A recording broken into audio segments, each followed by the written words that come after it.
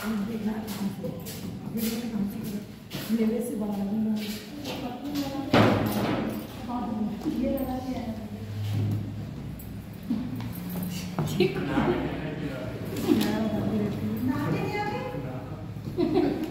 हमने ऐसा तो नहीं कहा।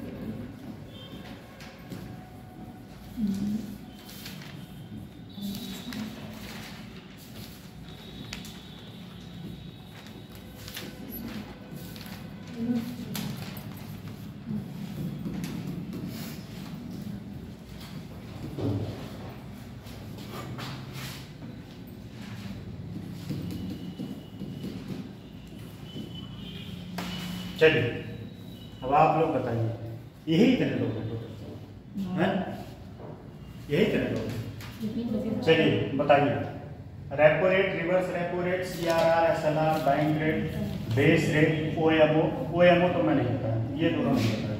ठीक, बाकी सब बता दें। बताइए रिवर्स रेपो रेट क्या होता है?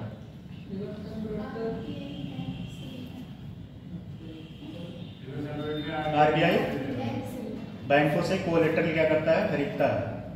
ठीक, बैंकों से कोलेटरल खरीदता है, उसके बदले में क्या देता है? पैसा देता है।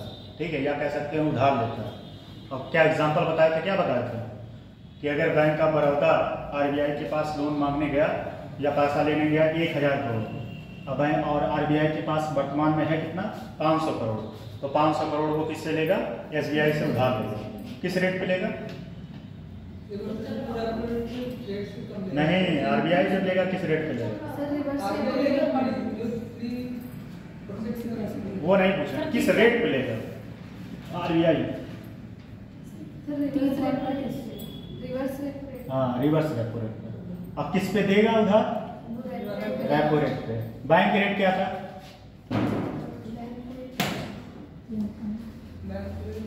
बैंक रेट बताया नहीं, वो नहीं पूछना, वो तो ठीक है, वो डाटा बदलता रहेगा, वो आप याद करके बहुत वो बड़ी बात नहीं है। कॉन्सेप्ट याद करिए, वो डाटा तो 3 महीने बाद फिर बदल जाएगा। डाटा नहीं इंपॉर्टेंट है, डाटा अगर ना भी याद रहे आपको तो आप एग्जाम के पहले 1 मिनट पहले देख सकते हैं।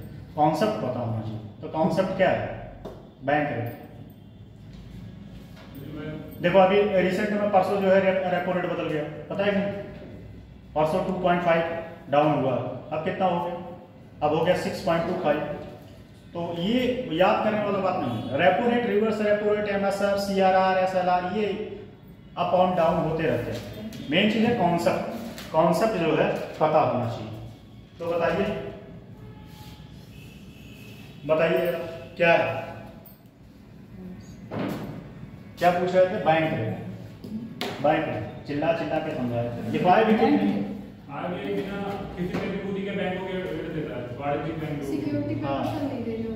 उसमें सिक्योरिटी पेपर नहीं लेना रहता है। और किसके? दीर्घकाल के लिए, लॉन्ग टर्म के लिए लोन देता है। बेस रेट क्या होता है? बेस रेट जो बैंक है वो 6% से कम पर हाँ मतलब एक 6 मतलब वो नाम मत दिया करो, परसेंटेज का एग्जैक्ट नहीं। वहाँ ये कहा जाएगा कि बैंक आरबीआई एक डिसाइड करता है ब्याज दर कि इससे नीचे आप जो है किसी को लोन नहीं दे सकते, ठीक है। पीएलआर क्या बताए थे? पीएलआर के बाद ही बेस रेट आया था, क्योंकि पीएलआर में काफी सारा करप्शन घोटाला हो रहा था, इसी वजह से क्या आया बेस रेट। सर 1% बैंक वाले को दे देते हैं जो कस्टमर। मैं वो एग्जांपल मैंने बताया था, ये ऐसे थोड़ी बताओगे कि बेस रेट क्या होता है। उसका होता है प्राइम लेंडिंग रेट। बैंक क्या करता है, अपने पेटेंट कस्टमर को, जो उसके सबसे भरोसेमंद कस्टमर होता है, उसको उस रेट पे लोन देता है। किस पे?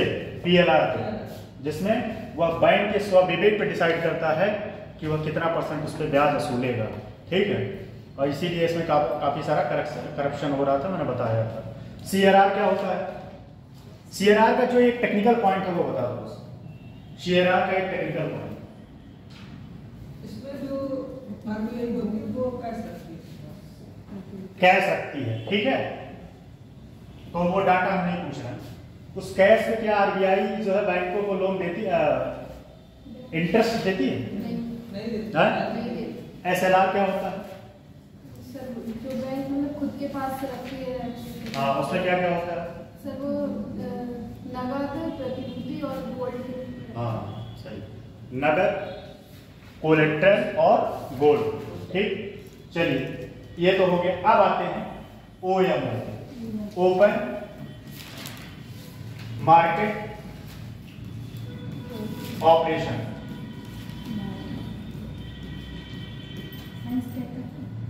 ऑपरेशन, ठीक है। ये होता क्या है? ये भी एक तरीके से बैंक में, ये भी एक तरीके से मार्केट में मुद्रा का फ्लो बढ़ाना और घटाना, यह भी इस तरीके से किया जाता है। इसमें क्या किया जाता है, जो कोलेट्रल होता है, कोलेट्रल मतलब प्रतिभूति, प्रतिभूतियों का जो है क्रय और विक्रय क्या होता है? क्रय और विक्रय, ठीक, क्रय और विक्रय। और इसमें एक चीज ध्यान दीजिएगा, ओएमओ, फिर से ध्यान दीजिएगा। ओएमओ में क्या होता है, मतलब ओपन मार्केट ऑपरेशन में क्या होता है, यहाँ प्रतिभूतियों का क्रय और विक्रय होता है, मतलब बेचा जाता है और खरीदा जाता है। बेचने खरीदने में भी बताएंगे टेक्निकल पॉइंट क्या है। इसमें कोई व्यक्ति भी जाके खरीद सकता है, कोई व्यक्ति भी खरीद सकता है, और बैंक भी, कौन खरीद सकता है? बैंक भी। लेकिन ये जरूरत कब पड़ता है? जब सरकार को पैसे की जरूरत पड़ती है। सरकार को पैसे की जरूरत पड़ती है तो जाता है किसके पास? आरबीआई के पास। और एक चीज ध्यान दें, आरबीआई एक तरीके से इसमें सिर्फ और सिर्फ गारंटेड होता है, ठीक है। वो सिक्योरिटी पेपर जो है, जो कोलेट्रल होता है, वह सरकार का ही होता है, लेकिन आरबीआई अपने तरफ से देता है। जैसे आप और एग्जांपल समझिए, मान लीजिए आप हैं और आपको पैसे की जरूरत पड़ी और आपने किसी व्यक्ति के पास गए पैसे दिए, तो एक दूसरा व्यक्ति कहेगा कि भाई, अगर ये तीसरा व्यक्ति जो है वो कहेगा कि भाई अगर ये पैसा नहीं देते हैं तो मैं पैसा दूंगा। वो गारंटेड बना, क्या बना है? गारंटेड बना। तो इसमें क्या किया जाता है, जब मुद्रास्फीति, ध्यान दीजिएगा, इन्फ्लेशन, जब इन्फ्लेशन मार्केट में ज्यादा होता है तब क्या किया जाएगा? प्रतिभूति को क्या किया जाएगा? तब कोलेट्रल को उस टाइम क्या करेंगे? बेचेंगे। क्या करेंगे? बेचेंगे। उससे क्या होगा? मार्केट से क्या करेंगे? पैसा सक कर लेंगे। मार्केट से पैसा क्या कर लेंगे? सक कर लेंगे, ठीक। लेकिन जब इन्फ्लेशन अपने नीचे है या मंदी की समस्या आने वाली, तो उस टाइम क्या किया जाएगा? उस समय आरबीआई जो है मार्केट में पैसा फ्लो करेगा। क्या करेगा? वो जो कोलेट्रल था उसको खुद खरीदेगा, उसके बदले में पैसा देगा। बात समझ में आएगी नहीं? Open market. तो यहाँ सिंपल सी बात है कि ओएमओ में क्या होता है? प्रतिभूतियों का, कोलेट्रल का क्या होता है? क्रय और विक्रय होता है। क्या होता है? क्रय और विक्रय होता है। एक होता है एमएसएफ, ध्यान दीजिएगा, ये एमएसएफ जो है एसएलआर से कहीं ना कहीं लिंक है, थोड़ा सा। एमएसएफ जो है एसएलआर से लिंक है। और एक बात जान दीजिए, एमएसएफ जो है ये भी वन नाइट मतलब एक रात के लिए क्या करता है? बैंक आरबीआई से लोन लेता है।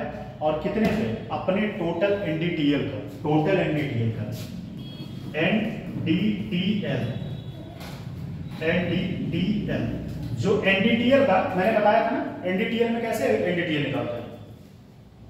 एनडीटीएल मैंने बताया था बहुत पहले, इसका फुल फॉर्म बताओ पहले। नेट डिमांड टाइम लायबिलिटी, ठीक है।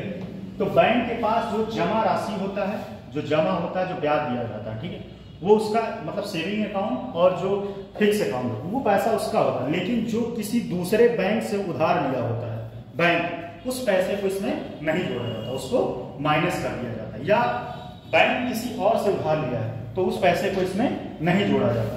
मतलब यह है जमा और जो इसका फिक्स डिपॉजिट होता है उसी के टोटल एनडीटीएल का, उस टोटल पैसे का 2%। अच्छा, बीच में 3% भी हो गया था। कितना हो गया था? एमएसएफ 3% हो गया था, लेकिन फिर से इसको घटा के 2% कर दिया। ध्यान दीजिएगा, अभी एमएसएफ कितना है? 2 रेट नहीं, एनडीटीएल का 2%। ध्यान दीजिए, एमएसएफ रेट कितना है? एमएसएफ रेट जो है 6.75 वर्तमान में, 6.75 वर्तमान में एमएसएफ है। मतलब ये रेट है, रेट मतलब इतना, अगर आप पैसा दिए आरबीआई से, इतना वह जो है इंटरेस्ट रेट चार्ज करेगा आपके ऊपर। इतना इंटरेस्ट रेट चार्ज करेगा किस पे? जब आप 2% अपने एनडीटीएल का 2% आप आरबीआई से उधार लेते हैं। किससे? एक दिन के लिए। किसके लिए? एक दिन के लिए। तो उस पे चार्ज कितना करेगा? 7.75। अब ये बढ़ता घटता रहता है, 3 महीने पे हमेशा आगे पीछे होता रहता है, अप एंड डाउन होता है जब मॉनेटरी पॉलिसी की बैठक होती है, ठीक है। हाँ, net demand time liability, net demand time liability. एक चीज ध्यान दीजिएगा, ये जो सीआरआर होता है ना, यह भी एनडीटीएल का ही रखा जाता है, टोटल एनडीटीएल का, ठीक है। सीआरआर जो होता है अपने टोटल एनडीटीएल का ही पैसा रखा जाता है। अब यहाँ लिंक क्या है? एसएलआर और एमएसएफ में लिंक क्या है, इस बात को समझिएगा। जो एसएलआर में जो कोलेटरल नहीं होता है, ध्यान दीजिएगा। आइए आइए आइए, यू वेलकम। कैसे हो? मस्त। चलिए देखिए देखिए, समझिए। अब यहाँ ध्यान दीजिएगा, ठीक है। देखिए, आप तो एक टॉपिक आपका छूट ही गया, वो ओपन मार्केट ऑपरेशन, ये छूट गया, खत्म हो गया। हाँ, एमएसएफ देखिए, एमएसएफ फिर से समझ लीजिए। एमएसएफ क्या है? एमएसएफ जैसा कि मैंने बताया क्या करता है, एमएसएफ टोटल एनडीटीएल का, आरबीआई जो है आरबीआई से बैंक उधार लेता है, ठीक है। टोटल अपने एनडीटीएल का 2%, पहले बीच में कुछ समय के लिए 3% हुआ था, फिर से इसको घटा के 2% कर दिया गया। इस पैसे पे जो चार्ज लगता है, कितना लगता है? 6.75%। कितना लगता है? 6.75%। लेकिन यहाँ एक इंटरेस्टिंग बात यह है कि जो एमएसएफ का उधार देते हो उसमें जो आपका कोलेटरल रखा जाता है, जो एसएलआर होता है, एसएलआर का जो प्रतिभूति होता है उसी को इसमें रखा जाता है। किस पे? किस लिए? सिक्योरिटी के तौर पर। क्या करें? सिक्योरिटी के। ये बात समझ में आ गई? इसमें क्या है, क्या रखा जाता है? जो एमएसएफ के तहत, जो एमएसएफ के तहत मतलब एसएलआर के तहत, जो एसएलआर में क्या करता है? धन होता है, पैसा, गोल्ड और प्रतिभूति। तो जो प्रतिभूति होता है, जितना उसका वैल्यू होता है, उसको कहाँ रखा जाता है? आरबीआई के गारंटी के रूप में। लेकिन एक बात और ध्यान दीजिएगा, यह हमेशा जितना आप ऋण ले रहे हो उससे ज्यादा कोलेटरल रखना पड़ता है। अगर आपको ऋण की जरूरत, बात समझ में आ रहा है? समझ में आ रहा है? अगर आपको ऋण की जरूरत, आपको 1000 रुपए है, 100 रुपए है, तो आपको जो भी कोलेटरल रखेंगे वो 105 रुपए उसका वैल्यू होना चाहिए। कितना होना चाहिए? 105 रुपए, तब जाके इसके तहत मिलेगा। बात समझ में आएगी? तो सीआरआर ये बढ़ता घटता रहता है, इस समय 4% है रेट। और एक चीज और है, ये थोड़ा सा ओपन कहाँ से होगा, नहीं तो मैं खोल के दिखाता है इसमें। आरबीआई के साइट पे विजिट कैसे करें? आओ एक मिनट, आओ, वीडियो को पॉज करो, वीडियो को पॉज करो। देखो, जैसे क्या होता है कि आप जब प्रीवियस ईयर पेपर देखते हो 20 साल का, तो 20 साल के पेपर में आपको क्या होता है? 10 से 15 क्वेश्चन रिपीटेड मिल जाते हैं, 10 से 15 क्वेश्चन। अब एग्जाम में सबसे जो होशियार लड़का होता है, जो टेक्निकली रूप से स्ट्रांग होता है, वो क्या करता है कि प्रीवियस ईयर क्वेश्चन उसका गलत ना होता है। अगर आप प्रीवियस ईयर क्वेश्चन गलत मारे तो आप एग्जाम से बाहर, फिर भाई कलाल कोई दुनिया में ताकत आपके एग्जाम में क्वालिफाई नहीं कर सकता। क्योंकि जो पढ़ने वाला लड़का है, जिससे आपकी लड़ाई है, पढ़ने वाले लड़के से लड़ाई है, और जो पढ़ने वाला है वो प्रीवियस ईयर क्वेश्चन जरूर सही मार के आएगा। अगर 10 क्वेश्चन आ रहा है तो 9 तक सही मारेगा, अब कोशिश करेगा 10 में 10। और लड़ाई कितना होता है, मैक्सिमम 1000 से 2000 बच्चों में लड़ाई है। बाकी तो सब फॉर्म भरते हैं दिखाने के लिए कि हाँ ये भी फॉर्म भर दिए, वो भी फॉर्म भर दिए। लड़ाई आपका पढ़ने वाले बच्चों से। और पढ़ने वाले बच्चों में क्या है कि वो प्रीवियस ईयर क्वेश्चन उनके जवाब होते हैं। जैसे मैं बताता हूँ, मेरे जवाब में प्रीवियस ईयर क्वेश्चन हटा के जितना भी किसी सब्जेक्ट का, जैसे जब बताते हैं तो मुझे याद आ जाता है, अच्छा ये क्वेश्चन आया। बेशक सन ना बता पाए, लेकिन आप जाके प्रीवियस ईयर देखेंगे तो क्वेश्चन जरूर आया हुआ है, ऐसा नहीं है कि नहीं आया हुआ। तो प्रीवियस ईयर का मतलब ये होता है कि 10-15 क्वेश्चन आप प्लस हो जाते हो। वो 10-15 क्वेश्चन प्लस होना आपके सिलेक्शन में बहुत बड़ा रोल निभाता है। अगर वो 10-15 क्वेश्चन में आप 2-3 क्वेश्चन गलत मारे तो आप बाहर हैं, फिर कोई आपको अंदर नहीं कर पाए, क्योंकि टफ क्वेश्चन सबके लिए होता है। अगर कोई नया क्वेश्चन बन गए तो ऐसा नहीं कि आपके लिए टफ है तो मेरे लिए टफ नहीं। अरे भाई, जो सोर्स अगर ईमानदारी से आपने पढ़ा है, जो सोर्स आपने पढ़ा वही सोर्स हमने पढ़ा, जो फैक्ट आपने पढ़ा वही फैक्ट मैंने पढ़ा। जब आपको नहीं पता तो मुझे कहां से पता हो जाएगा। तो ये मत सोचिएगा, अगर आपने साल भर ईमानदारी के साथ पढ़ाई की है और अगर आपको पेपर टफ लग रहा है तो मान के चलिए कि पेपर सबको टफ लगेगा। जैसे इस बार का TCS, जो हवाई में पेपर देने गए थे वो लोग बोले बहुत पेपर आसान है। मैं रियलिटी बता रहा हूँ, पेपर टफ था इस बार। पेपर क्या था इस बार, टफ था। जिसने भी पढ़ा, मैं अपनी चीज़ों को थोड़ा रिवील नहीं करना चाहता कि मैं भी बहुत, हर बार मेरा बहुत ज़्यादा होता था, लेकिन इस बार मेरा भी वहाँ पर पहुँचा। हो गया वो अलग बात है, हो जाना, लेकिन मैं भी अटक गया था एक समय। पेपर इतना टफ था, होना अलग बात है कि भाई कटाप के लिए क्या है, एक मानक कर दिया, आपको उस कटाप में आना है। अब उस कटाप में चाहे आपका 1 नंबर ज़्यादा हो, चाहे आप 100 नंबर ज़्यादा हो, बस आप उस कटाप में आ गए। तो पेपर इस बार टफ था, ठीक है। तो जैसा कि MSF पता चला कि नहीं, MSF क्या है, MSF बताए कि नहीं, MSF क्या बताइए, पेपर बता दीजिए, ध्यान कर लीजिए। MSF क्या है बताएं अभी जस्ट।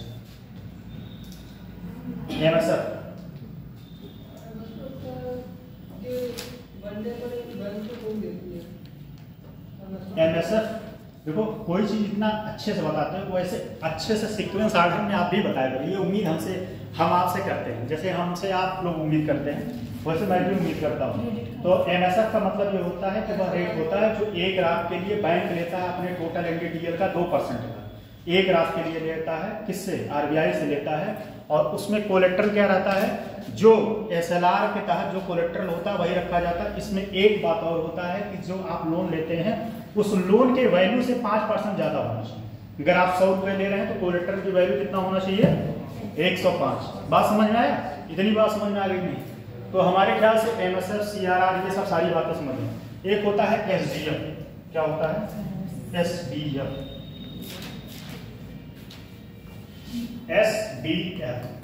ये जो है सबसे ज्यादा प्रचलन इसका कोरोना के बाद हुआ। SDF है, SDF का प्रचलन जो है कोरोना के बाद से हुआ था। और इसमें क्या कहा गया, इसमें जो है आपको गारंटी पेपर रखने की जरूरत नहीं होती, जो कोलेट्रल होता है उसको रखने की जरूरत नहीं होती। क्या होती है, कोलेट्रल को रखने की जरूरत नहीं होती। बस इतना सा ही टेक्निकल पॉइंट है इसमें, ठीक है। अब आते हैं थोड़ा सा उस पे, देखो अब आ गया, ये तो क्वांटिटेटिव था, मात्रात्मक था। अब आता है क्वालिटेटिव। क्वालिटेटिव मतलब विकासात्मक या विकास की प्रक्रिया में कौन कौन से। तो जैसे इसमें पहला है सीमांत आवश्यकता। सीमांत आवश्यकता क्या है, सीमांत आवश्यकता। एक बात ध्यान दीजिए, सीमांत आवश्यकता में क्या करते हैं, इसमें जो है इसको ही बोले, हाँ अब देखिए सीमांत आवश्यकता में क्या करते हैं, यहां भी चीजें वही, यहां मार्जिनल होता है। क्या होता है, सीमांत आवश्यकता को बोलते हैं मार्जिनल रिक्वायरमेंट। लिख लो, मार्जिनल रिक्वायरमेंट। मार्जिन या मार्जिन रिक्वायरमेंट, मार्जिन रिक्वायरमेंट। अब देखो मार्जिन रिक्वायरमेंट का मतलब क्या होता है, यह भी एक तरीके से RBI का टूल्स है। यह टूल्स कैसे काम करता है, यह टूल्स काम करता है जैसे मान लो आपकी कोई संपत्ति, ठीक है, उस संपत्ति के जैसे कल मैंने बताया था, उस संपत्ति का वैल्यूएशन टोटल 1000 करोड़ है। कितना है, 1000 CR उस संपत्ति का वैल्यूएशन, ठीक। अब ध्यान दीजिएगा, मार्जिन का मतलब ये होता है, आप जब बैंक से लोन लेने जाएंगे इस 1000 करोड़ पे, ठीक है, इस 1000 करोड़ की संपत्ति पे, तो क्या आपको 1000 करोड़ का लोन मिल जाएगा? नहीं मिलेगा। मिलेगा कितना, ये बैंक डिसाइड करेगा कि आपको कितने % वैल्यूएशन का दे रहा है। 70% दे रहा है कि 60% दे रहा है। मतलब 70% देगा तो 70 लाख रुपए ले सकते हैं, और 60% देगा तो 60 लाख ले सकते हैं। अब ये 100 और 60 या 70 और 100 के बीच का जो गैप है कितना है, वो तो बैंक डिसाइड करेगा कि पैसा मार्केट में ज्यादा करना है कि कम करना है। अगर लगेगा कि पैसा कम करना है मार्केट में, तो वो मार्जिनल अपना बढ़ा देगा, और जब लगेगा कि पैसा ज्यादा करना है तो मार्जिनल घटा देगा। इसको एक और चीज बोलते हैं hair cutting. Hair cutting rate, hair cutting rate जानते हैं, ये इन दोनों के बीच का जो गैप होता है वही हेयर कटिंग रेट होता है। इन दोनों के बीच जो आपका संपत्ति है, जो आपका वैल्यूएशन है, उस वैल्यूएशन पे और जितना बैंक अपना मार्जिन दे रहा है, 60% मान लीजिए आपको 60 लाख रुपए लोन दे रहा है, इस बीच का 40% जो होता है वही मार्जिन होता है। बात समझ में आ गई? कोई दिक्कत? थोड़ा लिखते रहिए, नहीं तो अभी एक साथ लिखना पड़ जाएगा तो फिर आप लोग यहाँ हालत खराब हो जाती है। एक और समझिए, तब क्वांटिटी समझ लेते हैं। एक होता है शाख रश्मि, लिखेंगे नहीं, शाख रश्मि। अब ये शाख रश्मि मतलब क्या होता है? शाख मतलब क्या होता है? लिक्विडिटी, लिक्विडिटी रश्मि। लिक्विडिटी रश्मि का मतलब होता है, इसमें आरबीआई जो है डिसाइड कर देता है बैंकों को कितना % पैसा कहां कहां आप देंगे, कितना % पैसा आप कहां कहां फ्लो करेंगे। जैसे प्राथमिक सेक्टर में 40%, कितना प्राथमिक सेक्टर में कितना 40% आपको पैसा देना रहता है। उसमें भी 18% किसको? एग्रीकल्चर को देना रहता है। उसमें भी 18% एग्रीकल्चर को देना रहता है। बाकी 40% के बाद आप पैसा इधर उधर दे सकते हैं। अगर आपके यहाँ से किसी बैंक से अगर 500 करोड़ का लोन हुआ है तो उसमें 40% लोन प्राथमिक सेक्टर को जाना चाहिए, और उस 40% में 18% किस में जाना चाहिए?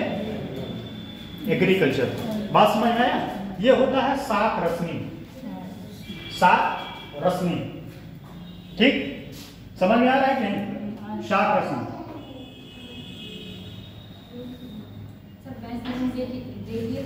अब एक और है रचनात्मक है। देखो बैंक हमें लोन देगी तो उससे कितना फायदा होता है? बैंक, ये देखो बताया जाए कि बैंक रेट जो है आरबीआई डिसाइड करता है, ठीक है। और एक मिनिमम रेट, मान लो एग्जांपल मैं बता रहा हूँ, आरबीआई ने डिसाइड कर दिया कि आप 6% से कम, और ज्यादा के लिए थोड़ा सा आरबीआई लचीला होता है, ठीक है। आरबीआई ये बैंक के स्वविवेक पे डिपेंड करता है, लेकिन आप 6% से कम नहीं ले सकते। इसलिए हर बैंक का अलग अलग इंटरेस्ट रेट होता है, पता है कि नहीं? हर बैंक है। एसबीआई वैसे सबसे कम रेट ऑफ इंटरेस्ट पे लोन देता है एसबीआई, और अगर कहा जाए तो सबसे कम कौन देता है? तो क्षेत्रीय ग्रामीण बैंक देता है। कौन देता है? क्षेत्रीय ग्रामीण बैंक। उसको भी आप बोलते हैं रूरल, रूरल रीजनल बैंक। इसका भी एग्जाम होता है, अब जो बंद होगा। इसकी स्थापना है, इसका वो नाबार्ड इसका मेन है। जैसे बैंकों का जो गैर, अभी बैंक हम पढ़ाएंगे तब उस पर आएंगे कि बैंक पे कौन गवर्न करता है, और उसके बाद ये जो है रूरल जो ग्रामीण बैंक है इस पे कौन गवर्न करता है। तो अभी वो टॉपिक है, वहां पे जाएंगे तो फिर ये भटक जाएगा। तो कहने मतलब ये है कि जो 6% है, जैसा आपने पूछा 6% से नीचे नहीं दे सकते, ठीक है। एक मतलब एक एग्जाम्पल बता रहा हूँ, 6% अगर डिसाइड कर दिया आरबीआई कि आप इससे नीचे लोन नहीं दे सकते, इससे ऊपर आप ले सकते हैं, आपके ऊपर है। अब ये भी नहीं कि 6% में पता चले आपने 20% ले लिए लोन, ऐसा नहीं है कि 20% इंटरेस्ट रेट ले लिए। तो 6% मिनिमम है, और उसके ऊपर आरबीआई बैंक जो है अपना डिसाइड करेगा। बात समझ में आएगी? और एक बात फिर से मैंने पहले ही दिन क्लास में बताया था कि बैंकों का अपना कोई धन नहीं होता, बैंकों का अपना कोई पैसा नहीं होता, ठीक है। क्यों नहीं होता? वो सिर्फ ये जो ब्याज देता है, जो उससे मार्जिन होता है, वही उसका पैसा होता है, और उसी पैसे को आरबीआई को अपना एक लाभ देता है। आरबीआई भी अपने एक पैसे का लाभ किसको देता है? सरकार को देता है, जो उर्जित पटेल और नरेंद्र मोदी के बीच, बीजेपी सरकार और उर्जित पटेल के बीच 2014 में इसके लिए काफी विवाद हो गया था। आरबीआई का 10 लाख करोड़ रुपए का बेनिफिट था। कितना था? 10 लाख करोड़ रुपए, और उसमें से 9 लाख करोड़ रुपए के आसपास, 9 लाख करोड़ के आसपास जो है सरकार मांग रहा है। किससे? आरबीआई से, कि हमको 9 लाख करोड़ रुपए दीजिए और हम नई नई स्कीम चलाएंगे, नई नई स्कीम पर पैसा हम विकासात्मक खर्च करना। आरबीआई गवर्नर मना कर दिए, उर्जित पटेल मना कर दिए। उसके बाद शक्तिकांत दास का अपॉइंटमेंट हुआ था। किसका हुआ था? शक्तिकांत दास। फिर बाद में ये न्यूज बाहर मार्केट में नहीं आया, वो पैसा आरबीआई दिया कि नहीं दिया वो तो वही जाना, लेकिन ये मैटर काफी उठा था। आप जाके कभी द हिंदू पीछे का उर्जित पटेल के समय का देखना, तो उसमें काफी विवाद छिड़ा था ये। तो ये होता है कि अपना जो लाभ होता है वो देता है। ठीक, अब ये आता है चयनात्मक। दोनों में लिंक है, ध्यान दीजिएगा। ये साख रश्मि और चयनात्मक दोनों एक दूसरे से लिंक है। देखो हमेशा लिंक करके पढ़ा करो। एमएसआर किससे लिंक था? एसएलआर से। ठीक है, एसएलआर से। अब देखो ये कैसे लिंक है। इसमें क्या कहा गया है? साख में हमने क्या बताया कि साख में जो है कैटेगराइज कर दिया गया कि किस सेक्टर को कितना कितना पैसा देना है, जबकि रचनात्मक में ये डिसाइड करता है कि किस सेक्टर को कितनी पैसे की जरूरत है। एग्रीकल्चर को कितना फ्लो करना चाहिए, सर्विस सेक्टर को कितना चाहिए, उद्योग को कितना चाहिए। ये होता है रचनात्मक, सेलेक्टिव, जिसको बोलते हैं क्या बोलते हैं? सेलेक्टिव। जैसे होता नहीं कि आप एग्जाम के पहले क्या करते हैं? एग्जाम के पहले आप सेलेक्टिव क्या करते हैं? पोर्शन को पढ़ते हैं कि इस पोर्शन से ज्यादा एग्जाम में क्वेश्चन मिलेंगे। तो क्या करता है कि बैंक भी यही करता है। बैंक क्या करता है? मतलब बैंक नहीं, आरबीआई भी यही करता है कि सेलेक्टिव चीज कर देता है कि आपको यहाँ कंपलसरी है, आपको लोन देना ही देना है इतना %। ये होता है रचनात्मक और साख सृजन। दोनों में समझ में आ गई नहीं? साख रश्मि हो रही है। तो ये आपका था क्वांटिटेटिव और ये था क्वालिटेटिव। ये था क्वालिटेटिव, ये था क्वांटिटेटिव। बात समझ में आई? अब थोड़ा लिखिएगा, कहाँ तक लिख लिए थे आप बताइए, तो मैं उसके आगे एसएलआर हो गया था? हो गया था नहीं एसएलआर? एक मिनट ये बताइए समझ में आ रहा है कि नहीं? ये मतलब आप जो वाला है उसमें क्या कहते हैं, आरबीआई क्या कहता है कि कितना ब्याज, मतलब कितना लोन देना है किसमें? साख में जो साख रश्मि, ये जो साख रश्मि है ना, इसमें जो है आरबीआई डिसाइड करता है कि आपको किस सेक्टर में कितना देना है। जैसे प्राथमिक सेक्टर में उसने कह दिया है कि 40% आपको अनुसूचित वाणिज्यिक बैंक जो होता है बैंक वो पढ़ाएंगे। अनुसूचित वाणिज्यिक बैंक जितने भी कॉमर्शियल बैंक है, कॉमर्शियल बैंक जिसमें भारत सरकार का शेयर ज्यादा होता है। देखो एक होता है प्राइवेट सेक्टर का बैंक, एक होता है गवर्नमेंट सेक्टर का बैंक। अभी मैं वहां जाता तब ये टॉपिक आपको बताता कि गवर्नमेंट का सेक्टर कौन है और प्राइवेट सेक्टर कौन है, बस इतना। हाँ बैंकिंग। अभी ये मॉनेटरी पॉलिसी वाला पोर्शन चल रहा है। जस्ट मॉनेटरी पॉलिसी के बाद हम बैंकिंग में जाएंगे, तब मैं पढ़ाऊंगा कि आरबीआई का फंक्शन क्या है, आरबीआई क्या क्या करता है। ये तो आरबीआई के टूल्स हो गए। फिर बताएंगे कि आरबीआई के कौन कौन से कार्य, आरबीआई का एस्टेब्लिशमेंट कब हुआ था, आरबीआई क्या क्या काम करता है। काम तो यही सब सारे करते हैं, तो वहां पे आएंगे। ठीक है, मतलब इतना समझिए कि ये जो है साख रश्मि में ये डिसाइड कर दिया जाता है कि आपको किस सेक्टर में कितना % लोन देना है। जैसे प्राइमरी सेक्टर में एग्रीकल्चर में मिनिमम आपको 18% देना है, जिसमें प्राइमरी सेक्टर में टोटल कितना देना है? 40%। समझ में आएगा? और सेलेक्टिव में क्या है कि आरबीआई ये जो है, आरबीआई ये कहता है, आपका ध्यान हमारा ध्यान भटक गया। आरबीआई ये कहता है, सेलेक्टिव करता है कि आपको किस सेक्टर में कितने कितने पैसे फ्लो करने हैं, कहाँ जरूरत है, जिस जरूरत के हिसाब से पैसे का फ्लो बढ़ाया जाता है। बात समझ में आया कि नहीं? कहाँ पे कितने पैसे की फ्लो है, उस हिसाब से पैसे का फ्लो दिया जाएगा। रचनात्मक है?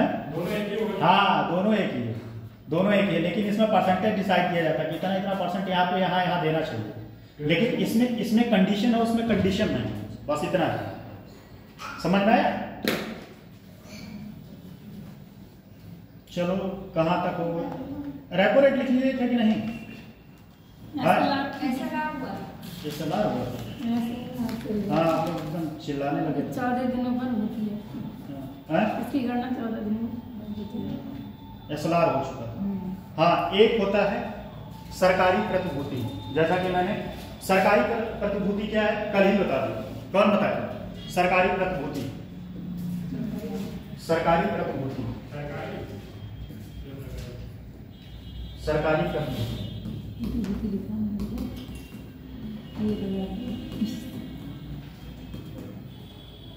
सरकारी प्रतिभूति क्या होता है? गवर्नमेंट का कोलेट्रल होता है। गवर्नमेंट वाणिज्यिक पत्र बेचता है, जैसे किसान विकास पत्र हुआ, पता है किसान विकास पत्र कोई लोगों ने खरीदा? किसान विकास पत्र हुआ या सिक्योरिटी बॉन्ड निकालता है, वही गवर्नमेंट का क्या होता है, सरकारी प्रतिभूति होती है। लेकिन सरकारी प्रतिभूति भी अलग-अलग टाइप की होती है। हाँ, प्राइवेट सेक्टर भी निकालता है प्रतिभूति, ठीक है।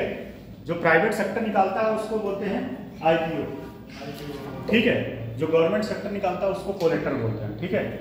एक बात ध्यान दीजिए, प्राइवेट सेक्टर जो है आईपीओ निकालता है जब पहली बार कोई आईपीओ निकालता है, कोई कंपनी बनने के बाद पहली बार जब निकालता है उसको आईपीओ बोलते हैं।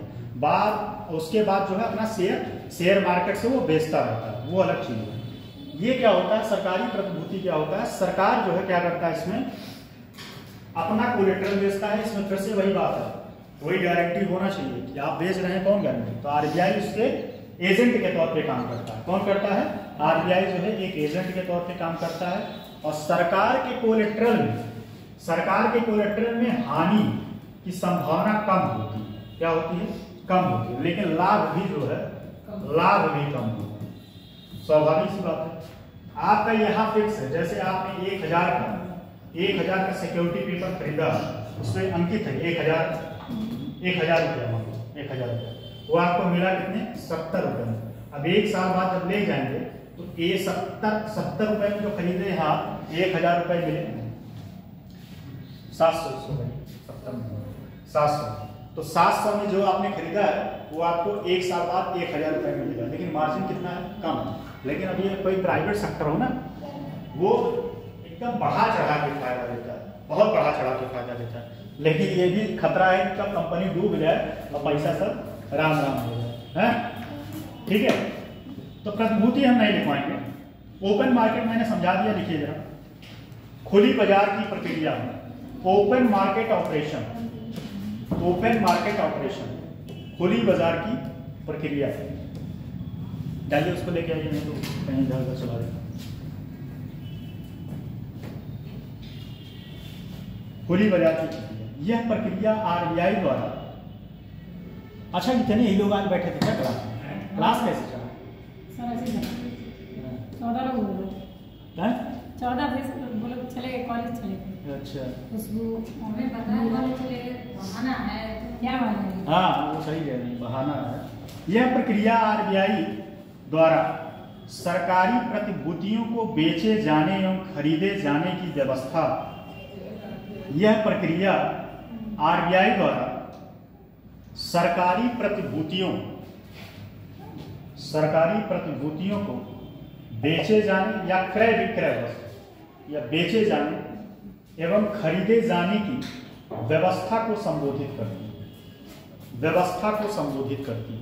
आज ये मॉनेटरी पॉलिसी खत्म करा दी, जिससे कल बैंकिंग, उसके बाद चैप्टर 2 व्यवस्था को संबोधित करती है।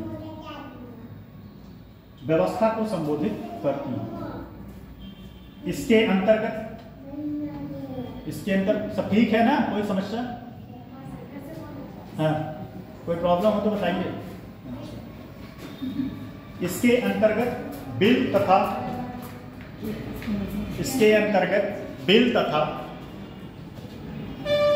बॉन्ड दोनों ही रूपों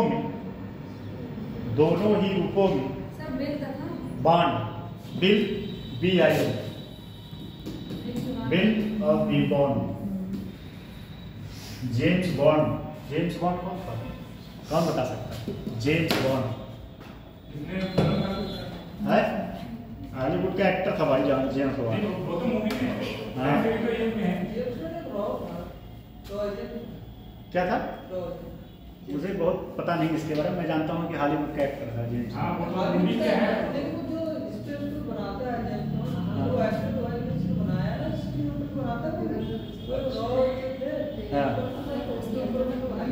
हम हॉलीवुड बहुत कभी मूवी देखे, मुझे समझ नहीं आता कौन हीरो है कौन हीरोइन है, मुझे नहीं लगा। बॉलीवुड मूवी अच्छी लगती है अभी तक। सिकंदर आप लोगों ने देखा?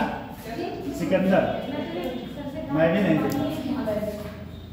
चलो देखो, दोनों ही रूपों में बिल तथा बॉन्ड दोनों ही रूपों में आरबीआई सरकारी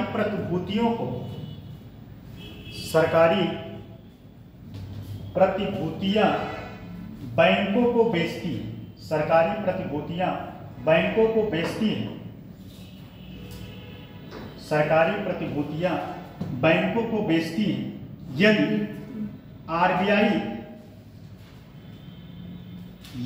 आरबीआई विस्तारवादी आर्थिक नीति, यदि आरबीआई विस्तारवादी, क्या हुआ लिख नहीं रहे हैं ना भाई? अच्छा, यदि आरबीआई विस्तारवादी आर्थिक नीति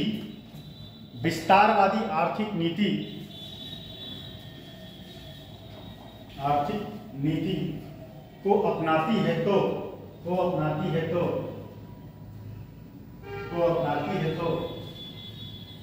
यह ज्यादा प्रतिभूतियां। अच्छा ये बताओ, अब आप लोगों से पूछते हैं, विस्तारवादी नीति अगर अपनाएगी आरबीआई तो क्या करेगा? प्रतिभूतियों को क्या करेगा? मतलब वो एक्सप्लोर करना चाहता है, बढ़ाना चाहता है, तो क्या करेगा? अर्थव्यवस्था को बढ़ाना चाहता है, खरीदेगा भाई, खरीदेगा तभी तो मार्केट में पैसा फ्लो होगा। अर्थव्यवस्था कैसे बढ़ेगा? जब मार्केट में पैसा होगा तभी तो अर्थव्यवस्था बढ़ेगा, कि जब मार्केट में पैसा नहीं है तो अर्थव्यवस्था बढ़ेगा। वही सिंपल सी बात है, इसीलिए मैंने पूछा। तो क्या है? प्रतिभूतियां खरीदेगी तथा बैंकिंग व्यवस्था में मुद्रा के प्रवाह को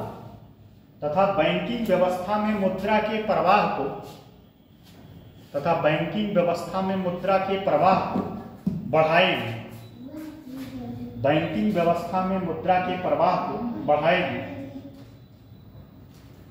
अब इसी के अपोजिट है, अगर मार्केट को क्या करना है? कम करना है या सिकोड़ना है तो क्या करेगा? प्रतिभूतियों को। तब क्या करेगा? अगर मार्केट से पैसा उसको सक करना है तब क्या करेगा? प्रतिभूतियों को क्या करेगा? बेचेगा। देखो,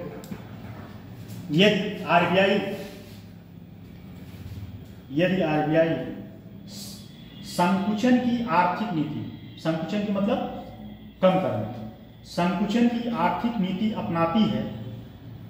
अच्छा, जो नोट्स लिखवाते हैं वो आसान शब्दों में है ना? कोई ऐसा तो नहीं कि बहुत टफ वर्ड उसमें यूज हुआ है। और एक एक वर्ड का मैं एक्सप्लेन करता हूँ, एक एक वर्ड। बस ये है कि आप लोग नोट्स रिवीजन नहीं करते।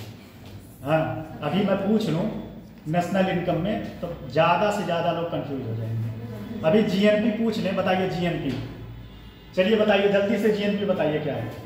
सर जीएनपी जो है, जो मतलब भारत के होने, मतलब भारत का नागरिक किसी विदेश में अपने व्यवस्था करता है, वहाँ से रेवेन्यू बेचता है। और जो भारत में उत्पादित प्रोडक्ट और जो विदेश से आएगा रेवेन्यू दोनों को ताकत देते हैं। बहुत एकदम सही बताएं आप, बहुत सही, दिल प्रसन्न हो गया। चलिए अब इसी बात पे कोई एनडीपी बता दे। ये एनडीपी बताए, एनडीपी। चलिए आप बताइए, सामने जाते हैं। एनडीपी इसका बहुत बढ़िया एग्जांपल बताया जी। रीजन किया करो। देखो ऐसे एक बात जानना, इतना आसान तरीके, जब नोट्स पलटोगे ना तब सब मेरी बातें आपको दिमाग में गूंजेगी एक एक बातें। कि सर ने एग्जांपल दिया था मोटरसाइकिल का, ठीक है, स्कूटी का, ये सब सारी बातें कहानी आपके दिमाग में घूमेंगी, लेकिन जब नोट्स रिवीजन करोगे तब तो घूमेगी। नोट्स रिवीजन नहीं करोगे तो कहाँ घूमेगी? अभी नोट्स पलटने का टाइम नहीं है, ठीक है, अभी आप लिख लीजिए। चलिए, संकुचित की आर्थिक नीति अपनाती है, ठीक है, यहां तक हो चुका। संकुचित की आर्थिक नीति अपनाती है तो ज्यादा प्रतिभूतियां बैंकों को बेचेगी,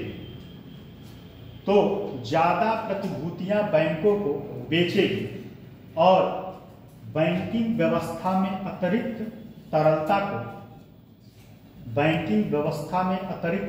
को सोख लेगी। बेचेगी तो ज्यादा प्रतिभूतियां बैंकों को बेचेगी और बैंकिंग व्यवस्था से मुद्रा के प्रवाह को बढ़ाएगी। एक मिनट, कुछ अलग हो गया, गलत हो गया है।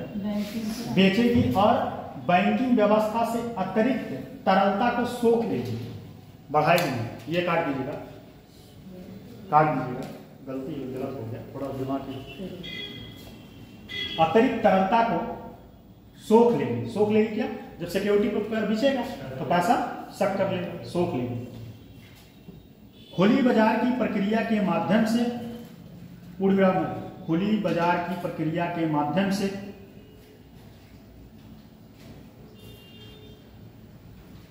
खुली बाजार की प्रक्रिया के माध्यम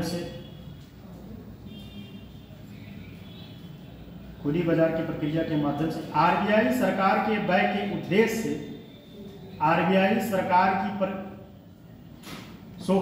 खुली बाजार की प्रक्रिया के माध्यम से आरबीआई सरकार के व्यय के उद्देश्य से बैंकिंग व्यवस्था से ऋण प्राप्त करती है। परंतु एक बैंक के लिए प्रतिभूतियों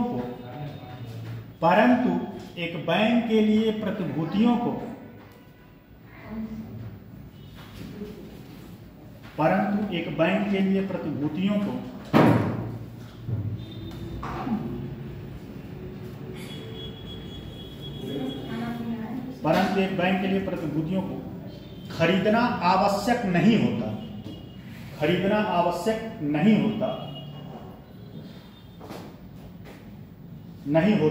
है। पूर्णतः मात्र वही बैंक जिनके पास अधिशेष मतलब धन, अतिरिक्त धन, मात्र वही बैंक जिनके पास अधिशेष धनराशि, अधिशेष मतलब अधिक मात्रा में धनराशि हो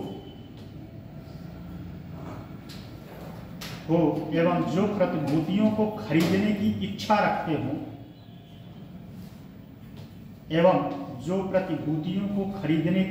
रखते हो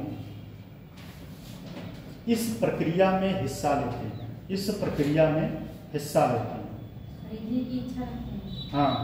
खरीदने की इच्छा रखते हैं, वह इस प्रक्रिया में हिस्सा लेते हैं। कहने मतलब यह है कि यह बैंकों के ऊपर बाउंड नहीं, ठीक है, बात नहीं, लेकिन जिसके पास पैसा ज़्यादा है वो खुराफात मचाएगा क्या? मार्केट में पैसा का फ्लो करवाएगा। तो बैंक क्या करता है, उनसे क्या करेगा कि उनको सिक्योरिटी पेपर बेचेगा आरबीआई और उनसे पैसा अतिरिक्त जो है सोख लेगा। ठीक है,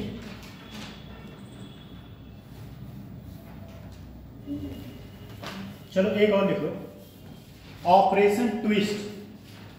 ऑपरेशन ट्विस्ट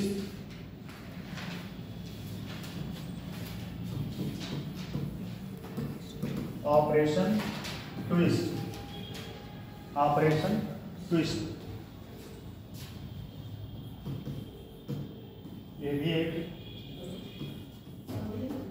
ऑपरेशन ट्विस्ट लिख लो। इसमें कुछ बहुत बात समझाने वाला नहीं, ऊपर वाला ही बात है, बस इसमें सिंपल सी बात है, इतना समझिएगा। ऑपरेशन ट्विस्ट क्या था?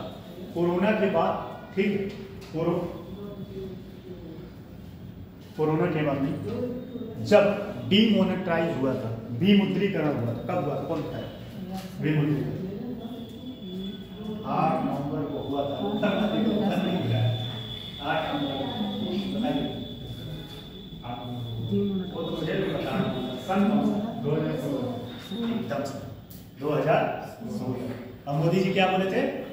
भाइयों और बहनों, आज रात 12 बजे से 500 और 1000 के नोट लीगल टेंडर नहीं रहेंगे। अब आप 500 लेके नोट घूमते रहेंगे, कोई नहीं लेने वाला, खत्म कहानी। तो उस टाइम क्या हुआ था? उस टाइम हुआ ये था कि बहुत सारे मार्केट में दबा के माताएं बहनें और जो है उद्योगपति 1000 500 के नोट बक्से में इधर उधर रखा हुआ है। अब सुनिए इसमें ट्विस्ट क्या होगा, एकाएक ये पैसे ऊपर आ गए। अब बैंकों के पास ये पैसा बहुत ज्यादा पहुंच गया और आपको बताए 15,31,000 करोड़ रुपए बैंकों के पास पहुंचा था। कितना? 15,31,000 करोड़ रुपए। अब बैंक उस टाइम बौखलाएं में जरूर, ठीक है, किस पैसे का इधर उधर कुछ भी कर दिया गया, उसके बदले उनको 2-2 हज़ार रुपए भी तो दिया जा रहा था, वो बंद करके बैंकों के पास पैसा ज्यादा आ गया। अब स्वाभाविक सी बात है, जिसके पास पैसा ज्यादा होगा वो क्या करेगा, खुराफात करेगा, कहीं इधर उधर जाके पैसा उड़ाएगा, कुछ नहीं तो जाएगा मूवी देखेगा। पहले के समय में क्या होता है कि जब बहुत पैसा होता था लोगों को, बम्बई में जब ज्यादा कमा लेते थे लोग मुजरा सुनने जाते थे, पता ही नहीं मुजरा है। अरे भाई, रेखा की मूवी इसी के लिए ज़्यादा सा फेमस है कि रेखा जो है बहुत सारे पिक्चरों में, हिंदी पिक्चरों में मुजरा की है। मुजरा में ये नहीं होता, मुजरा में जो है औरंगजेब की तरह अंगूर खाएगा और जो है एक नाचने वाली नाचेगी, ठीक है, और बदले में पैसा दिया जाता है। तो जब ज़्यादा पैसा हो जाता था तब लोग ऐसे फालतू काम करते थे। अब बैंक के पास भी ज़्यादा पैसा आ गया, अब वो क्या करेगा, अब लोगों को कम औने दाम पे पैसा देना शुरू करता। आरबीआई कहा रुको बेटा मैं बताता हूँ क्या करना, वो पैसा पूरा सक कर दिया। ऑपरेशन ट्विस्ट के तहत वो पैसा मार्केट से जो अतिरिक्त धन था उसको ले लिया, बस यही कहानी। देखिए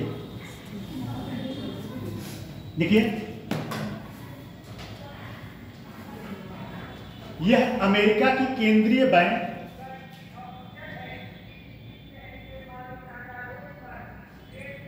एक मिनट क्या बता रहा,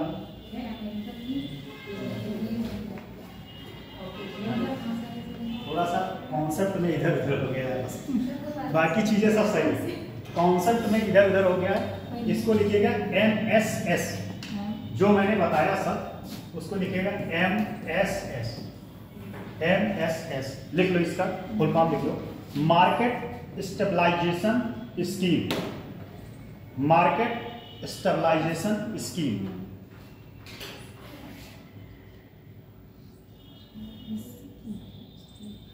मार्केट स्टेबलाइजेशन स्कीम लिख दे क्या, मार्केट स्टेबलाइजेशन स्कीम। देखिए सारा का सारा कॉन्सेप्ट है, ठीक है, जो मैंने बात बताया वह सब, ये सब बातें किस पे है, MSF पे है। लेकिन ऑपरेशन ट्विस्ट भी समझ लो, इसी वक्त मुझे लगा था दिमाग में वही समझा रहा हूँ। ऑपरेशन ट्विस्ट जो है ये है अमेरिका की जो फेडरल बैंक है, फेडरल बैंक पता है, यह जो है अमेरिका के बैंक के ऊपर डिपेंड करता था। एक बात जान, अगर अमेरिका का बैंक, फेडरल बैंक अगर अपना जो है इंटरेस्ट रेट बढ़ाता है तो पूरे विश्व पे प्रभाव पड़ता है। जैसे कहा नहीं गया कि अगर अमेरिका छींक ले तो पूरे विश्व को जुकाम होगा, ये कहावत है कि अमेरिका अगर थोड़ा सा करवट ले ना तो पूरे विश्व को जो है समस्या होगा। तो अमेरिका का जो फेडरल बैंक था वो क्या करता है, जब थोड़ा भी लोन में, अमेरिका का फेडरल बैंक जब अपने बैंक, जो बैंक का रेट होता है, इंटरेस्ट रेट जो है अगर वह बढ़ाता है तो डॉलर क्या होता है, लोगों के पास कम हो जाता है। और अमेरिका ही नहीं, इवन कह सकते हैं पूरे विश्व में डॉलर कम हो जाता है। लेकिन वह जैसे ही इंटरेस्ट रेट कम करता है, डॉलर जो है मार्केट में प्लस अन्य देशों में भी डॉलर ज्यादा मात्रा में उपलब्ध होता है। समझ में आई बात? ऑपरेशन ट्विस्ट यही बात है, दोनों मत करिएगा, हम थोड़ा सा इधर उधर हो गए। MSF में क्या था, MSS पे क्या था, ये आया था विमुद्रीकरण के बाद। विमुद्रीकरण में क्या हुआ कि मार्केट में एकाएक 15,31,000 करोड़ रुपए एकाएक मार्केट में आ गए, मतलब बैंकों के पास आ गए। बैंक क्या किया, आरबीआई क्या किया, उन पैसे को सख्त कर दिया। समझ में आ रहा है कि नहीं?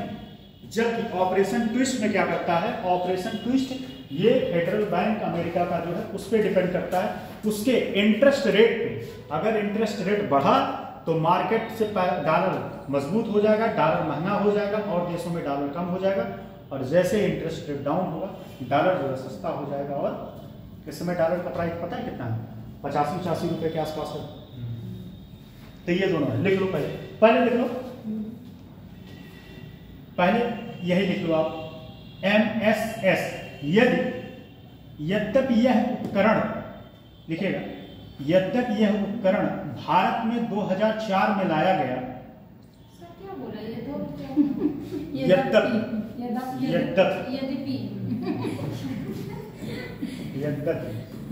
देखा जाने वही। यद्यपि आप क्या समझते? सर समझ में नहीं आया। यद्यपि जो है हिंदी का वर्ड है। यदि बोलते हैं यद्यपि या यदि दोनों बातें। यद्यपि यह उपकरण भारत में 2004 में लाया गया, परंतु यह 2016 में, परंतु यह 2016 में विमुद्रीकरण के उपरांत सुर्खियों में रहा। विमुद्रीकरण के उपरांत सुर्खियों में रहा। अब जब कोई किताब का थोड़ा सा पढ़ा उड़ा करें, कोई किताब है कि नहीं इकोनॉमिक्स आप लोगों के पास? है? चलो ठीक है, अभी मत पढ़ो, अभी नोट्स में नहीं पढ़ रहे हो तो किताब क्या पढ़ोगे? नोट्स जो पढ़ा रहे हैं वही पढ़ लो तो भी। आपके पास है रमेश सिंह के लिए सब पढ़े हो? रमेश सिंह बहुत टफ है।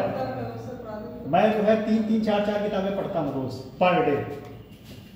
रमेश सिंह पढ़ता हूँ, ठीक, दृष्टि का पढ़ता हूँ, फिर उसके बाद मेरे पर्सनल मेरा नोट्स है उसको मैं पढ़ता हूँ।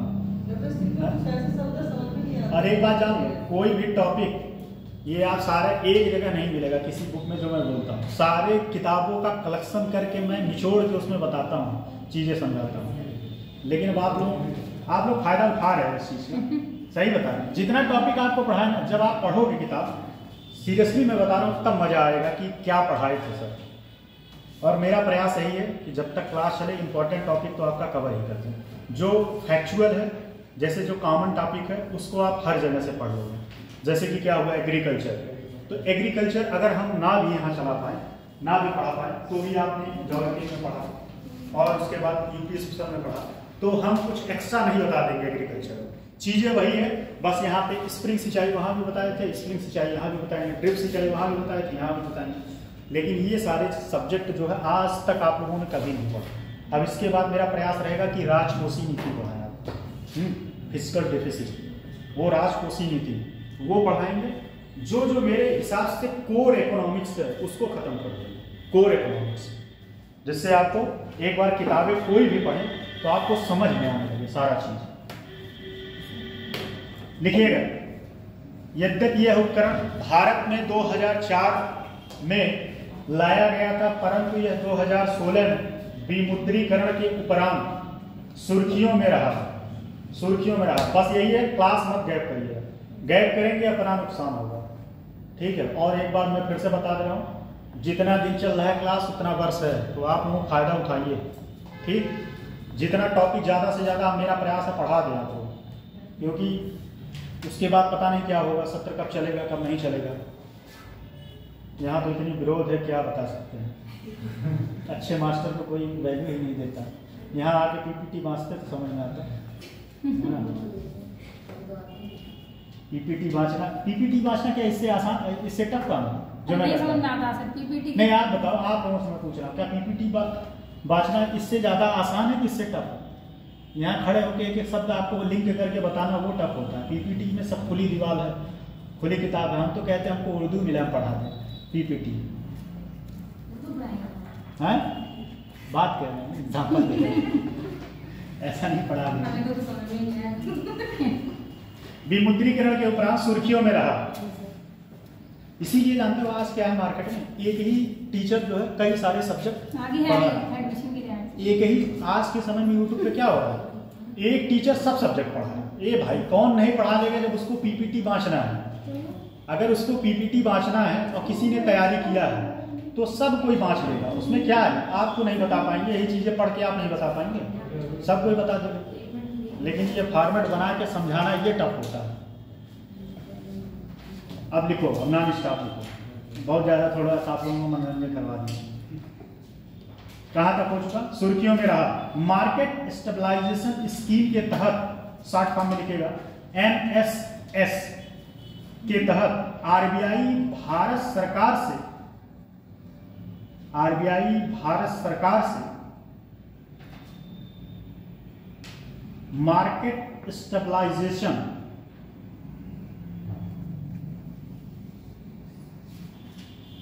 प्रतिभूतियां प्राप्त करती है,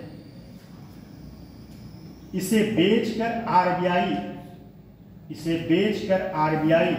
बैंकों से अधिशेष धनराशि, इसे बेचकर आरबीआई बैंकों से अधिशेष या ज्यादा मात्रा में ब्रैकेट में लिख लो, अधिशेष ना समझ में आए, अधिशेष या ब्रैकेट में लिख लो ज्यादा मात्रा में, अधिशेष धनराशि सोख लेती है, अधिशेष धनराशि सोख लेती है। सोखने का मतलब क्या है? शक कर लेती है, मार्केट से पैसा मंगा लेती है। आरबीआई भारत सरकार से लेती है। हाँ, भारत सरकार से हम बताएंगे कि आरबीआई क्या करता है, जो है आरबीआई भारत सरकार का एजेंट के रूप में काम करता है, ठीक है। भारत सरकार को जब कभी पैसे की जरूरत पड़ती है तो आरबीआई के पास जाता है, आरबीआई उसके लिए पैसे की व्यवस्था करती है। बॉन्ड आरबीआई निकालता है, लेकिन उस पर गारंटेड जो है जैसे गारंटेड जो है आरबीआई रहता है, बॉन्ड रहता है वो भारत सरकार। भारत सरकार को अगर पैसे की जरूरत है, ठीक है, आरबीआई को पैसे की क्यों जरूरत पड़ेगी? आप कुछ सोचो, क्यों पड़ेगी? पैसा वो किसके लिए? जैसे मान लो आपके घर में पिताजी, तो पैसा उनको जरूरत पड़ेगी या आपको जरूरत पड़ेगी? आपको क्यों जरूरत पड़ेगी? भाई आपको खाना कपड़ा सब मिल रहा है, आपको पैसे क्यों जरूरत पड़ेगी? पैसा जरूरत पड़ेगा पिताजी को, ठीक है। तो ऐसे आरबीआई का पिताजी कौन है? सरकार। अब सरकार को पैसा देना, अब सरकार को पैसा तो आरबीआई का ही दायित्व है, जैसे आपको पैसा देना आपके पिताजी का दायित्व है, ठीक है।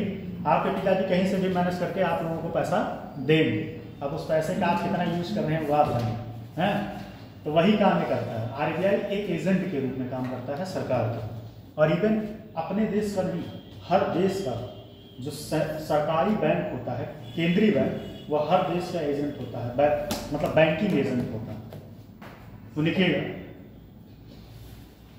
धनराशि, अधिशेष धनराशि सोख लेती है, परंतु इस राशि को वह भारत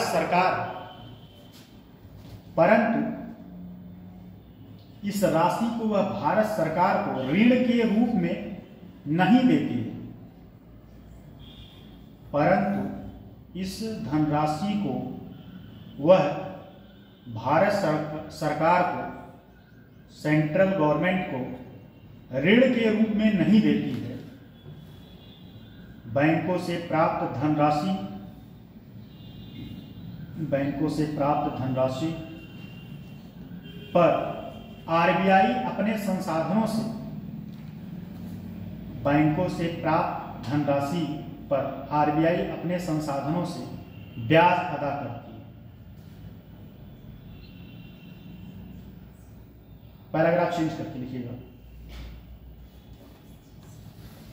पैराग्राफ चेंज करके, विमुद्रीकरण के उपरांत बैंकों के पास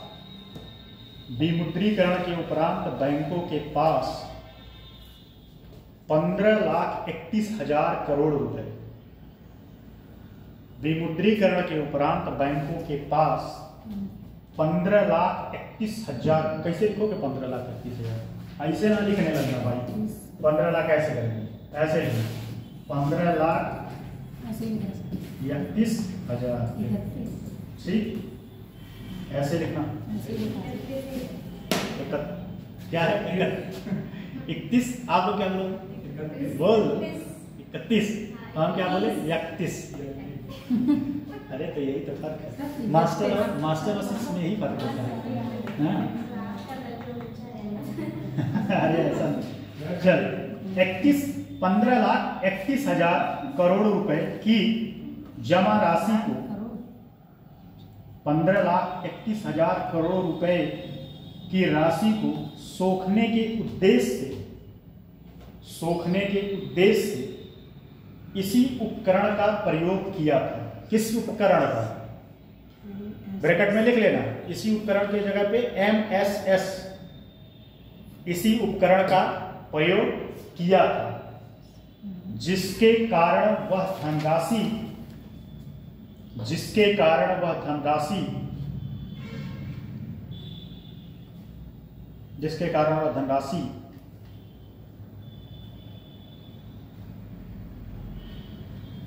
बैंकिंग व्यवस्था से सोख ली गई।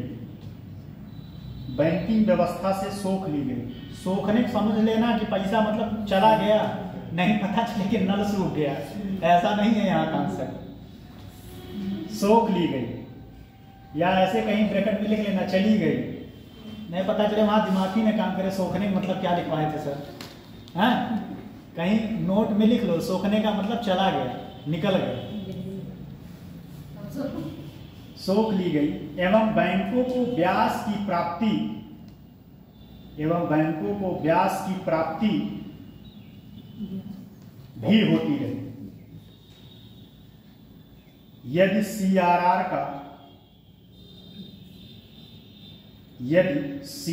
का प्रयोग कर इस धनराशि को, यदि सीआरआर का प्रयोग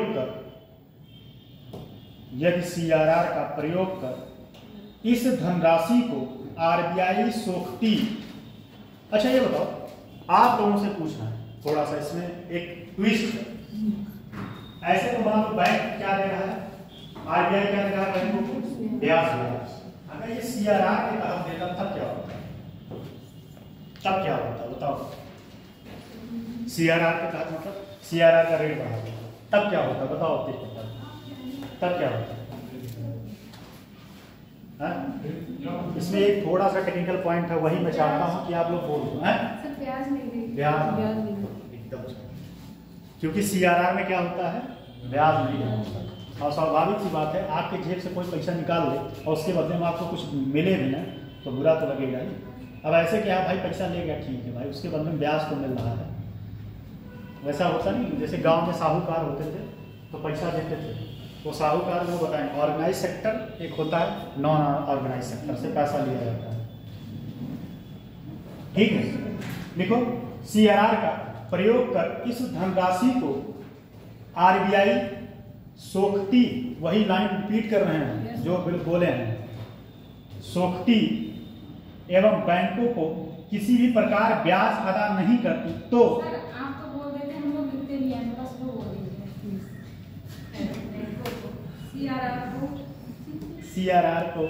सीआरआर का प्रयोग इस धनराशि को, अच्छा आप लिखी नहीं थे क्या? सुनने लगे।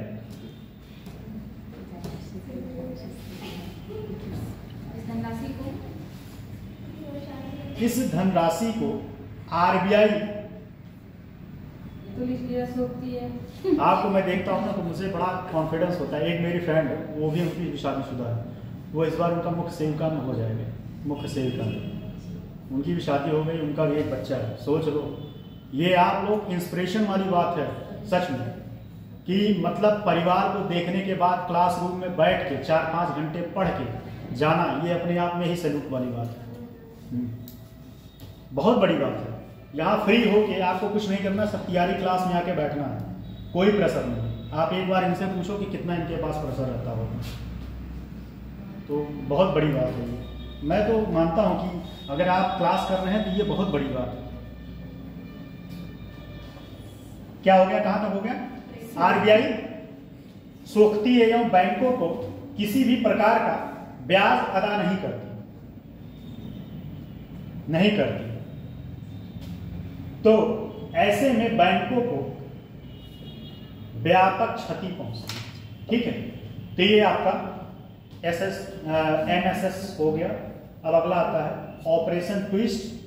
तो ऑपरेशन ट्विस्ट छोड़ो, ये कोई बहुत इंपॉर्टेंट है। ठीक है, बैंक रेट लिखे थे नहीं आप लोग? देखो बैंक रेट लिखे थे नहीं, रेपो रेट तो लिखवा दिए थे सर।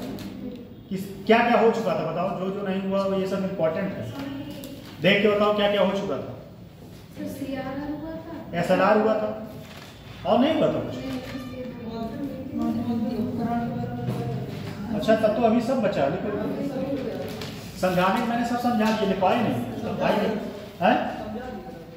अरे समझा दिए, लिख लो, भूल जाएगा। हाँ लिख लो, लिखो पहले रेपो रेट लिखो, रेपो रेट। अब एक बात ध्यान देना, जहां रेपो रेट का प्राइस रेट बोलेंगे उसके नीचे अंडरलाइन कर लेना। अंडरलाइन करने का मतलब ये है कि ये समय के हिसाब से 3-3 महीने पे इधर उधर फ्लैक्चुएट करेगा। अब ये नहीं कि आज के समय में बता दिया तो 3 महीने बाद यही है, 3 महीने बाद कुछ और हो सकता है, ये फ्लैक्चुएट करता है। अब भाई इस समय 6.25 हो गया, ठीक। लिखो बैंक रेपो रेट, रेपो दर वह ब्याज दर है जिस पर, अब थोड़ा तेज लिखो आप लोग, क्योंकि 2-3 टॉपिक इसमें है, अभी हम कुछ नहीं पढ़ रहे थे, इसका मतलब समझाते ही रहे। रेपो दर वह ब्याज दर है जिस पर एक बैंक आरबीआई से, जिस पर एक बैंक आरबीआई से कम अवधि का, एक बैंक आरबीआई से कम अवधि का ऋण प्राप्त करती है। कम अवधि समय या लिख सकते हैं, या कम अवधि का, कम अवधि समय के लिए, कम अवधि समय के लिए ऋण प्राप्त करती है।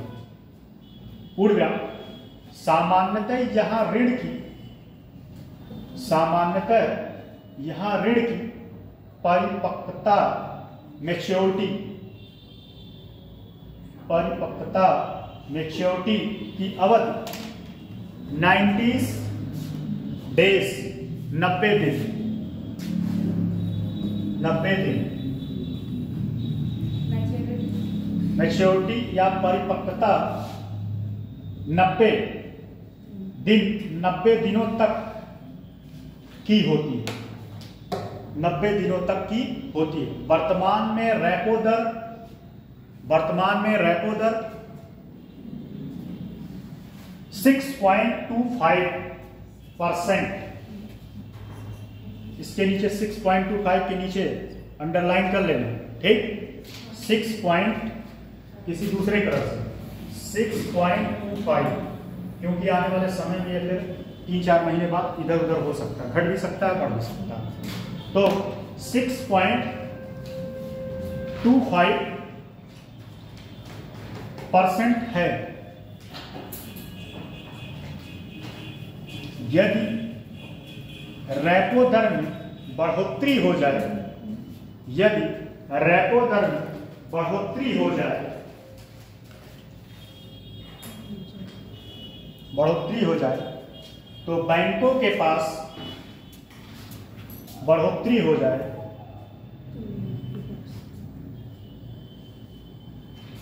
बैंकों के पास कम पैसा,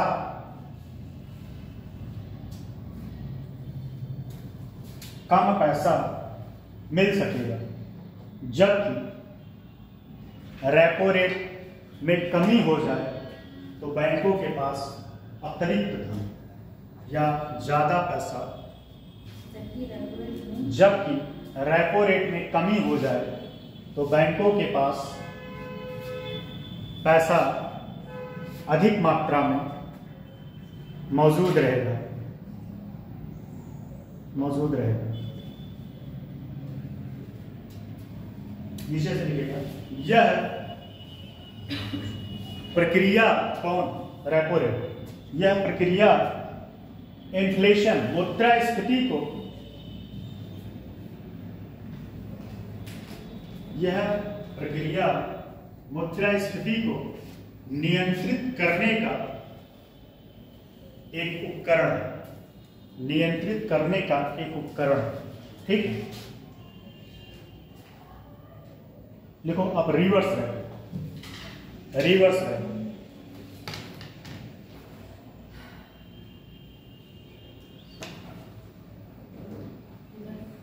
रिवर्स रेपो में हो,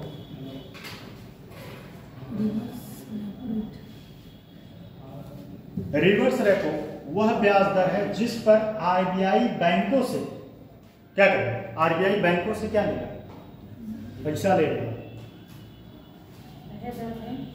लिखो रिवर्स रेपो दर या RRR, ट्रिपल आर पूंजी, RRR कौन कौन देखा, ट्रिपल आर पर कौन देखा, देखे हो? अरे इतनी बेहतरीन मूवी है, क्या नाम है उसका, चरण, अरे क्या, रामचरण और जूनियर NTR की मूवी है। और एक बात और बता दें, उसके गाने को ऑस्कर अवार्ड मिला था, पता है कि नहीं? नाटू नाटू। और अभी तक का रिकॉर्ड है कि किसी ओरिजिनल सॉन्ग को ऑस्कर अवार्ड मिला है, ऑस्कर अवार्ड मिला उसके ओरिजिनल सॉन्ग में, ना कि उसके हिंदी वर्जन में। तमिल वर्जन में जो, हाँ तमिल वर्जन में।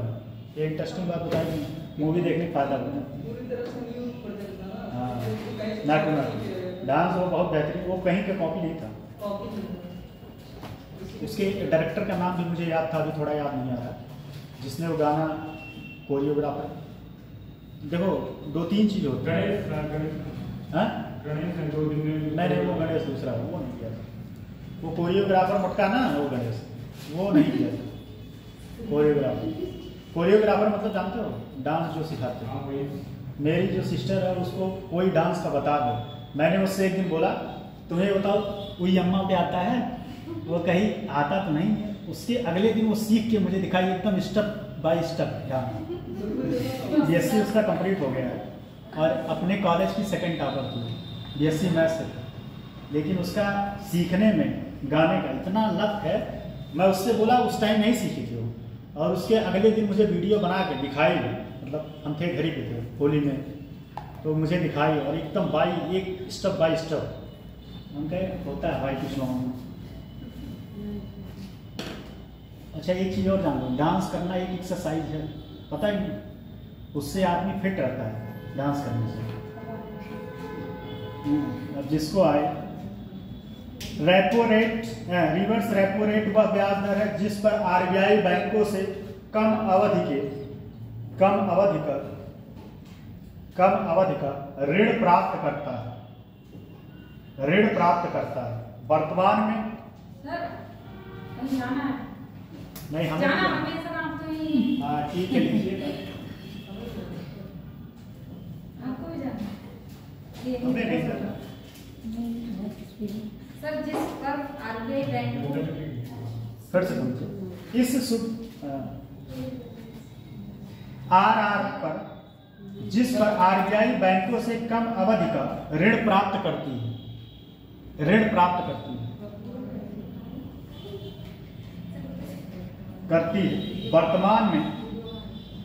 वर्तमान में ब्रैकेट में लिखिएगा, शॉर्ट फॉर्म में लिखिएगा, ट्रिपल आर लिखिएगा, ट्रिपल आर। आप लोग लिखते रहिए, वो अपना खेलता रहेगा। ट्रिपल आर रेट वर्तमान में कितना है? 3.35। इसका टेक्निकल पॉइंट मैंने समझाया था, आप याद रखिए, ये आपकी जिम्मेदारी है कि repo rate, reverse repo rate में आरबीआई को क्या फायदा होता है। अब ये आपकी जिम्मेदारी है कि याद किए हैं नहीं। 3.35% है। अब लिखिएगा, यदि रिवर्स रेपो रेट में बढ़ोतरी की जाए तब,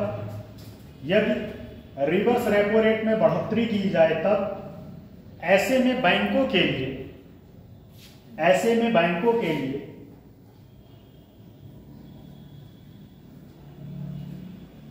आरबीआई को ऋण देना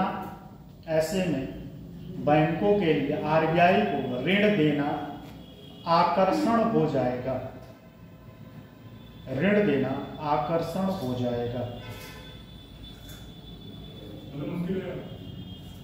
आसान हो जाएगा, हाँ अट्रैक्टिव। अतः जो धनराशि ऋण के रूप में उपभोक्ता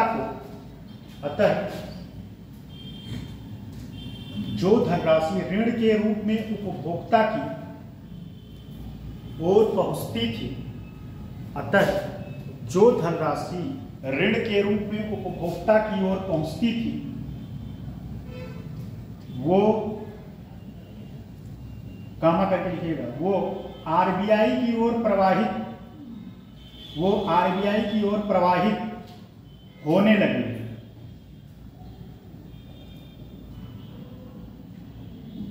यदि रिवर्स रेपो रेट में कटौती हो जाए,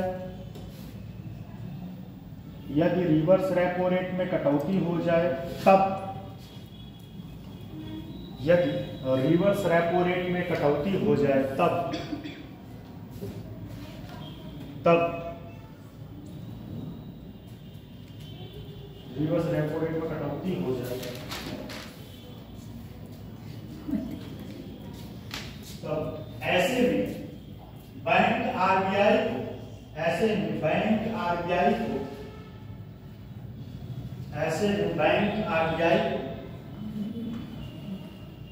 ऋण देने की जगह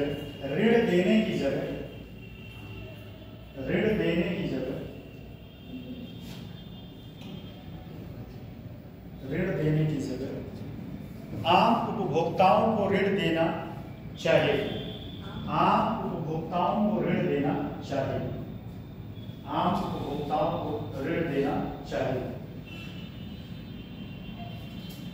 एक वो पैड ले लिया करो आप, उससे और अच्छी लगती है। ये ब्लैंक पेज पे लिखना बहुत बड़ी बात है, अच्छा लगता है, बढ़िया। आप ब्लैंक पेज पे लिखने से जो है आपका राइटिंग स्किल इंप्रूव होगा। आप तो बहुत पहले से ही लिख रहे हैं, ठीक। तो ये हो गया आपका, ठीक है। अब बैंक रेट लिखिए, बैंक रेट कितना पेज लिखिए? अभी हमें लगता 2 पेज नहीं है, कितना पेज? 2 पेज नहीं समझा दिखाने से ज्यादा तो मैंने समझाया है। अब लिख भी लीजिए कुछ आप लोग। लिखो बैंक रेट। आरंभ में बैंक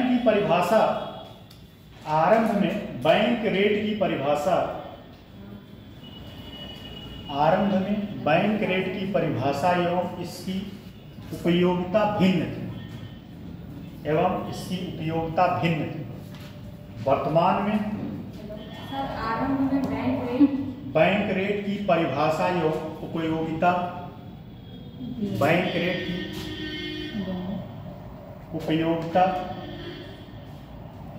भिन्न थी। वर्तमान में बैंक दर की परिभाषा एवं उपयोगिता वर्तमान में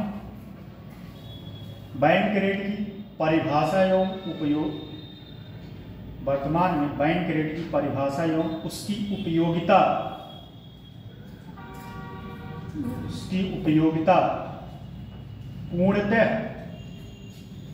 पूर्णतः ऐसे लिखना,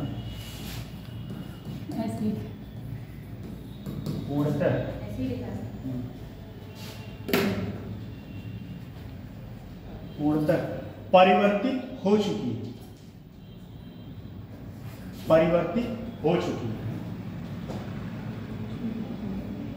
आरंभ में बैंक दर वह दर हुआ